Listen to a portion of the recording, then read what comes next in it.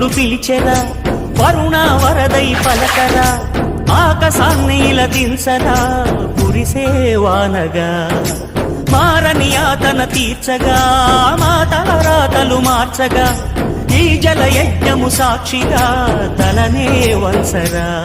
మహారాజు తాని సమిధల్లె మారి నిలువెల్లా వెలిగెరా, భోగాన్ని విడిచి త్యాగాన్ని బలచి తాపసిగా నిలిచెరా.